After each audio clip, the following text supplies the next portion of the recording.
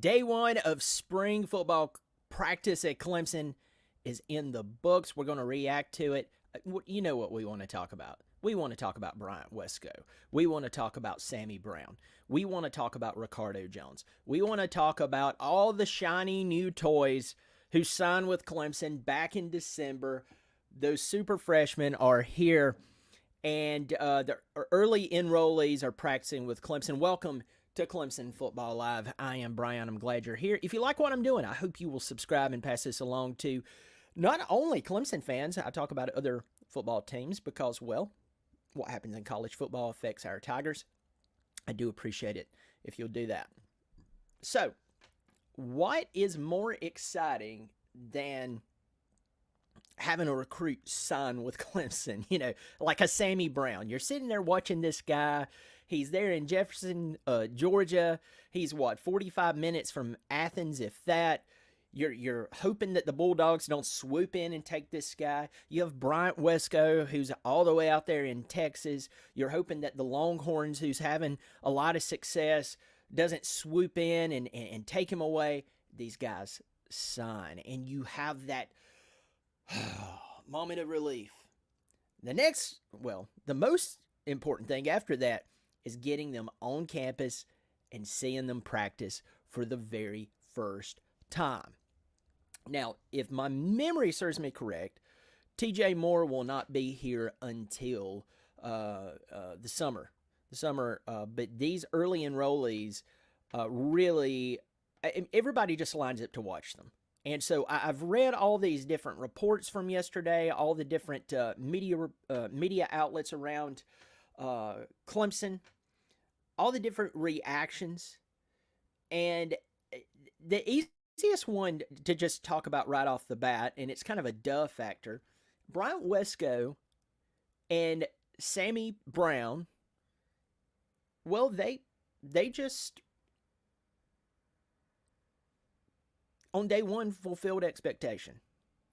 It's like, no kidding. Yeah, they did. They fulfilled the expectation that they were going to come in, look great right off the bat. And there's comparisons of Sammy Brown, no, not Sammy Brown, but Bryant Wesco to being this, next big-time Clemson wide receiver who just needs to put on some weight. He puts on some weight, and he becomes that possession guy. Although T. Higgins, let's talk about T. Higgins. Right off the bat, T. Higgins was not some Calvin Johnson as far as like that filled out physique, and we all know he was quite dangerous. So I want to be careful there, even though there's other people saying, if we can just get Bryant Wesco to put on a little weight, this guy will come out here and look like so and so. Once again, T. Higgins, he's a more of a thin guy. But my goodness, wouldn't you take T. Higgins right now? And that's kind of who Bryant Wesco reminds me of. A lot of people's talking about his speed. They're talking about his ability to control himself. That his cuts are unbelievable. And folks, I want to tell you this. I don't like the pressure that's being put on Wesco and Moore. I know, as I said, Moore is not practicing right now because he's not an early enrollee from what I can remember. So he's not even at Clemson right now. He'll be there later. With that said, these guys can be a difference maker and help make life a little better for the Clemson offense. Sammy Brown came in, and by all reports, the guy is just, once again, doing what we knew he would do. He comes out, he's working the second team? He's working out with the second team. And he has what a lot of publications, a lot of different people have said for quite a while. He just has that. He has that something, whatever it is, Sammy Brown has it. And we need that at Clemson right now. Now, let's pause there and talk about this. On the Clemson football team, in my opinion, there's two different teams. There's an offense that's poorly developed, and then on the other side, you have a defense that transfer portal hasn't bothered it. We really don't have a player development issue. All of the guys who are showing up and playing, they actually end up delivering. We can't say that about the offense completely. I know it's a touchy subject for some. I'm not being negative here. It's just the truth. That's a compliment to the defense. And Sammy Brown coming into this defense, and listen, he doesn't have to be the man. He has Barrett Carter beside him. He has Woodis. I always feel weird saying his name. It's the accent. He has him beside him. So these guys can come in, especially Barrett Carter, and walk him through the process, teach him. He has Wes Goodwin and his group of coaches guiding the entire unit. And even though he may not be a member of the defensive line, he's going to hear things that Nick Eason says. He's going to hear things that other coaches in that defensive side of the ball, those coaches, he's going to pick up things that he just overhears from them. I'm super excited to see this guy play. And I'm trying to temper my expectations that these guys are freshmen. We need to temper the expectations in the right way. But all reports says that Sammy Brown looks on day one exactly like we thought he would look like. And the same for Bryant Wesco. Now, the kicking game really stuck out to me as I was reading different publications, and that Nolan Hauser, I think that's how you pronounce his name. You know the kicking issues we had last year. Nolan Hauser came in. He lined up, kicked roughly a 40-plus yard field goal, and it would have been good for 50, 60 plus. I don't know about you, but that makes me feel really good. You need competition at every level. You need fierce competition at every unit of the football team. Your quarterbacks, you need a quarterback room who one guy could go down and another guy could come in. You have to have that. You have to have that competition. Well, he might transfer. Okay. We can't live in fear that they might transfer and us not recruit guys. Knowing that Nolan Hauser is there, maybe it puts the gun to Robert Gunn's head. He goes, pal, you had a lot of expectation. You have to meet that expectation. Competition can bring the very best out of people. Sometimes some people respond, everybody responds differently to different situations. Okay, so this is not a one-size-fits-all here, with some type of elastic band that adjusts to the size of the waist.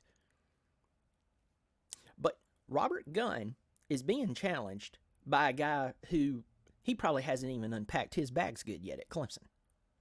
He probably still has some stuff back at the house that he's having to call mama and daddy and say, hey, I need you to send this, FedEx it, drive it over to me, whatever, fly it to me. That is good for Clemson. That's good for us fans. That is good for Robert Gunn.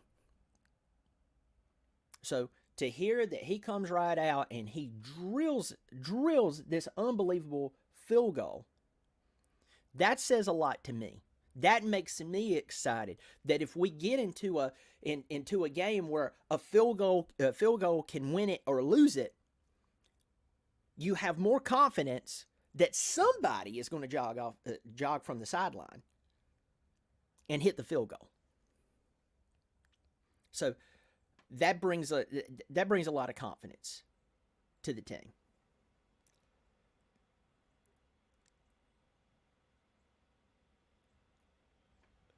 I'm learning the pronunciation of his last name, so if I bomb it, I bomb it. David Azumama. He's the running back. He's a little over 6 feet tall, over 200 pounds. The thing I like about him coming in right now is that he does not have to be the man. He doesn't have to be the man. Phil Maffa's the man. And I know that we have a few other running backs people like to bring up. But David is definitely a big recruit coming into Clemson. And so I like it that he is going to spend time with Phil Maffa, who can look at him and say, hey, listen, I've been playing at Clemson now. This will be season number 4. I've been having to split time with Will Shipley. I can tell you how to look at the line. And with offensive line play that's just been suspect, that's a nice way of putting it. I'm trying to not be negative here today, folks. I did a video a couple of days ago. A lot of people peed blood. They were so, anyway, they were so irritated about. It was reality, but, anyway, you can't tell people the truth. They love lies. I think it's the Bible. It says, I know it's the Bible. It says people would rather believe a lie and be damned. So, I'm sorry, But with going back to the positive, David Azumama does not, if I'm pronouncing it, I'm just going to go with that and we can fix it later. This guy is, he doesn't have to be the man. He can learn from the man. And that is a good thing. That is a good thing for Clemson. That is a good thing for Phil Maffa. That's a good thing for David Azumama. Now, a few other players I want to go over real quick that just, kind of highlighted. I've seen commonly among different articles that I've read, different reports, that Ricardo Jones, the safety, I want to say out of Warner Robins, looking good out there.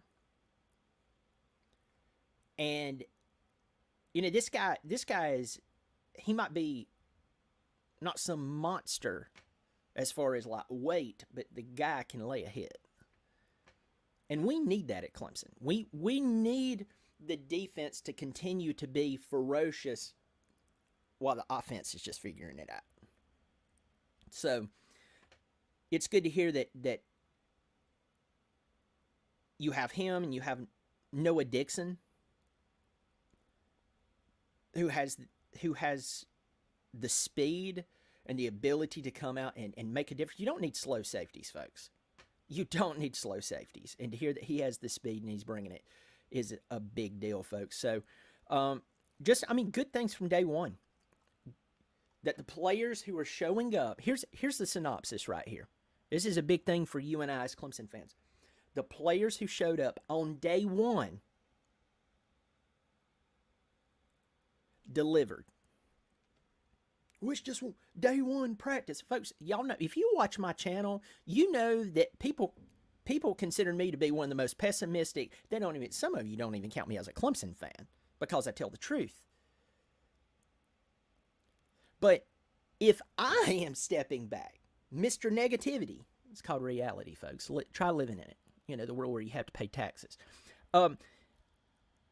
The truth is that if I'm stepping back going, hey, they came out, and on day one, they were as advertised. Folks, that's a good thing for Clemson football. It doesn't mean that Clemson's going to win the national championship, but what it does mean is that Clemson is bringing in players, they're recruiting in players who on day one, they are performing as advertised.